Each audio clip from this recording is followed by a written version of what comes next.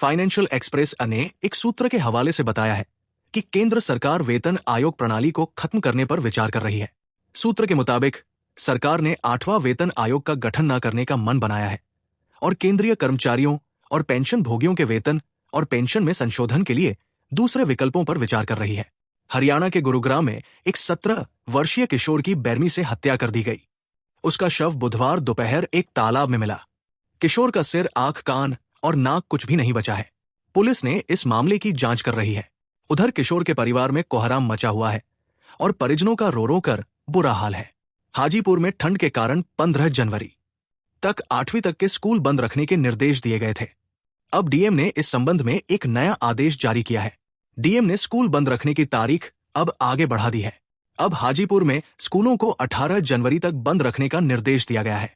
प्रधानमंत्री किसान सम्मान निधि योजना का लाभ उठाने के लिए EKYC आधार सीडिंग और NPCI अनिवार्य है। पूर्वी चंपारण जिले में 9,551 किसानों के बैंक खातों की आधार सीडिंग नहीं हुई है, जबकि 1,667 किसानों ने अब तक अपने बैंक खातों को आधार से लिंक नहीं कराया है। जिला कृषि कार्यालय ने किसानों की परेशानी दूर करने के लिए पंचायत स्तर पर शिविर लगाने का निर्णय लिया है। दक्षिणी दिल्ली लोकसभा क्षेत्र की सभी 10 विधानसभा सीटों पर चुनावी बिगुल बज चुका है। इस बार कालकाजी विधानसभा सबसे हॉट सीट बन गई है। यहां से आप की तरफ से मुख्यमंत्री आतिशी चुनावी मैदान में है, तो भाजपा ने 2 बार सांसद और 3 बार विधायक रहे रमेश बिधूड़ी पर दाव लगाया है। कांग्रेस ने अलका लांबा को प्रत्याशी घोषित किया है।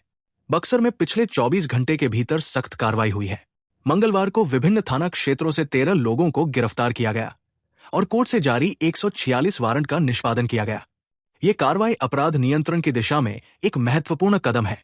बता दें कि पुलिस अधीक्षक शुभम आर्य के आदेश पर बक्सर में इस तरह की कार्रवाई की गई है। गुरुग्राम में पुलिस ने 1 करोड़ की हेरोइन के साथ 3 तस्करों को गिरफ्तार किया है। गिरफ्तार किए गए आरोपियों में सरगना भी शामिल है। पुलिस को सूचना मिली थी, इसके बाद घेराबंदी करके पुलिस ने आरोपियों को पकड़ लिया। पुलिस के अनुसार आरोपी मुमताज जिले में नशा तस्करी का बड़ा सरगना है। आगे विस्तार से जानिए आरोपी सरगना के बारे में। 2025 को 5 फरवरी को होने वाले मतदान से पहले आम आदमी पार्टी आप ने 2 सीटों पर बुधवार को उम्मीदवार बदल दिए। पार्टी ने अब नरेला विधानसभा सीट से शरद चौहान और हरिनगर विधानसभा सीट से सुरिंदर सेतिया पर दाव लगाया है। आम आदमी पार्टी ने अन्य दलों के मुकाबले सबसे पहले सभी 70 सीटों पर प्रत्याशी उतारे थे। आजकल गुर्दे की पथरी एक आम समस्या है जो आजकल लगातार बढ़ रही है। इस लेख में हम गुर्दे की पथरी के कारणों, लक्षणों और उपचार के विकल्पों पर चर्चा करेंगे। हम ये भी जानेंगे कि गुर्दे की पथरी को कैसे टोका जा सकता है। इसके अलावा हम इस बात पर भी चर्चा करेंगे कि पानी कम से पीने से कौन कौन सी बीमारी हो सकती है।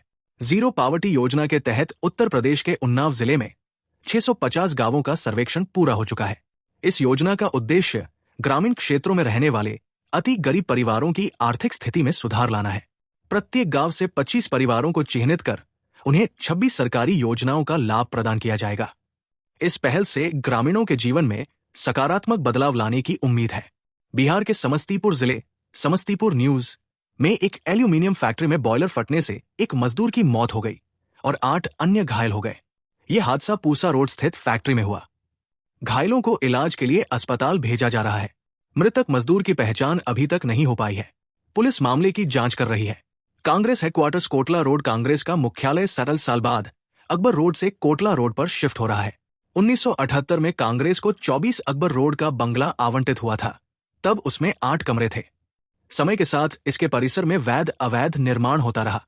अब जाने कितने स्थायी अस्थायी कमरे हैं। लेख के माध्यम से पढ़िए पूरा इतिहास। हिमाचल प्रदेश के ऊना जिले में स्थित सोलसिंगी धार का किला, जो कभी लाहौर तक का नजारा दिखाता था, अब पहचान के लिए मोहताज हो गया है। झाड़ियों से घिरे इस किले को युवाओं के एक समूह ने संवारने का बीड़ा उठाया है। आइए इस ऐतिहासिक धरोहर को बचाने के लिए चलाए जा रहे अभियान के बारे में विस्तार से जानते हैं।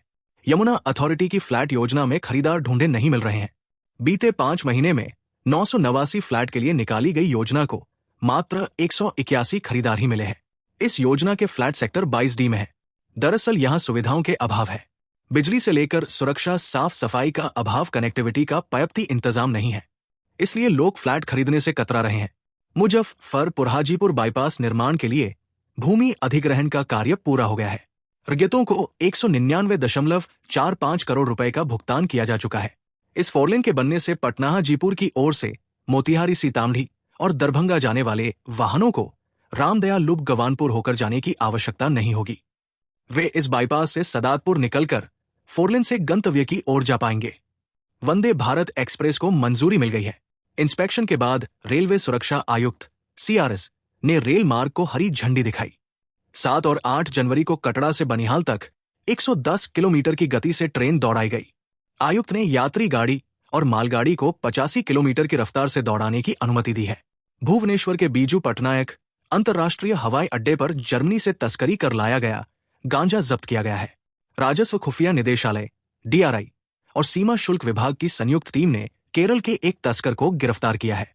तस्कर ने बड़ी चालाकी से बिस्कुट के पैकेट में भरकर गांजा लाया था, लेकिन DRI की टीम ने उसे पकड़ लिया। झारखंड के गुमला में एक नाबालिग को जूस में नशीली दवा पिलाकर दुष्कर्म करने और अश्लील वीडियो बनाने का मामला सामने आया है। आरोपी ने पीड़िता को पढ़ाई और YouTube चैनल में काम दिलाने के बहाने झांसे में लिया और टरांची ले जाकर कुकृत्य किया। पीड़िता ने मंगलवार को स्वजन के साथ सदर थाना पहुंचकर आरोपी के खिलाफ लिखित आवेदन देकर कार्रवाई की मांग की है। मधुबनी में एक दर्दनाक सड़क दुर्घटना में 3 लोगों की मौत हो गई। खजौली से कलुआही जाने वाली मुख्य सड़क पर ठाहर गांव के पास टाटा 407 और एक बाइक की आमने सामने टक्कर हो गई। हादसे में बाइक सवार तीनों लोग एक ही परिवार से थे। मरने वालों में साला और बहनोई का रिश्ता था। खबर को अपडेट किया जा रहा है। बिहार में अवैध खनन इलीगल माइनिंग इन बिहार पर सरकार सख्त हो गई है। अगर कोई बंदोबस्तधारी अवैध खनन में लिप्त पाया गया तो उसका ठेका रद्द कर दिया जाएगा। उप मुख्यमंत्री सह खान एवं भूतत्व मंत्री विजय कुमार सिन्हा ने अधिकारियों को इससे संबंधित निर्देश दे दिए हैं। उन्होंने अवैध खनन के प्रति जीरो टॉलरेंस की नीति अपनाए जाने पर बल दिया।